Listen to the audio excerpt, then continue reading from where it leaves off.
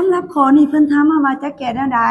นักเรียนเฮาส่วนหลายแม่นเห็นพาแก้แนวใดมักได้แนวนั้นเมื่อเปลี่ยนรูปร่างตัวเลขปึ๊บไปบ่ฮู้ไปบ่ได้เลยเนาะอันนี้ก็เป็นปัญหาใหญ่ของนักเรียนในการแก้เลขเลยสั่นให้ครูขออนุญาตว่าถ้าขั้นตอนมันเป็นแนวนี้ต้องไปเปลี่ยนเลขเก่านี้ให้เป็นเลขส่วนคือกับหมู่ก่อนเนาะก็เขียนตัวเก่านี่มาให้นักเรียนเบิ่งอีกเทื่อนึงเครื่องหมายเก่านี้แต่ว่าเก้าส่วนหยังมันจึงจะออกเก้าคือเก้าก็แม่นส่วนให้1เท่านั้นเนาะเก้าหาร1ก็ออกเก้ากลายเป็นเลขส่วนคือกันแล้วบัดนี้นะเนาะ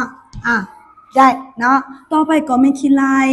ลงมานี้เนาะไปภาคส่วนเนาะมีเลขหารก่อนแก้เลขหารก่อนตามลำดับเนาะเบิ่งดูวิธีการแก้เลขก็คือการแม่นผู้ใดอยากแก้แนวใดก็ได้เนาะปีนเลข1นี่ขึ้นมานี่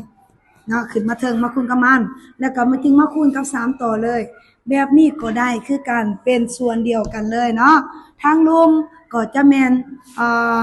7นี้คูณให้9แล้วคูณให้8ตัวนี้บ่ได้ปีนเนาะเพราะว่าเป็นเครื่องหมายคูณเนาะผู้ใดที่เข้าใจแน่แล้วก็คือสิเข้าใจตื่มยันแต่งงตื่มเท่านั้นแหละเนาะหลังจากนั้นจึงไปสังเกตเบิ่งว่ามีตัวเลขใดสามารถคัดจรกันได้บ่คัดจรแม่นหมายถึงมันอยู่ในบางสูตรบางเดียวกันบ่เนาะยกตัวอย่างว่า16และ8อยู่ในบางสูตรบางเดียวกันสามารถคัดลงได้ก็คือเนาะ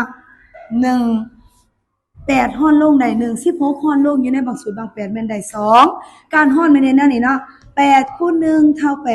8 8คูณ2เท่า16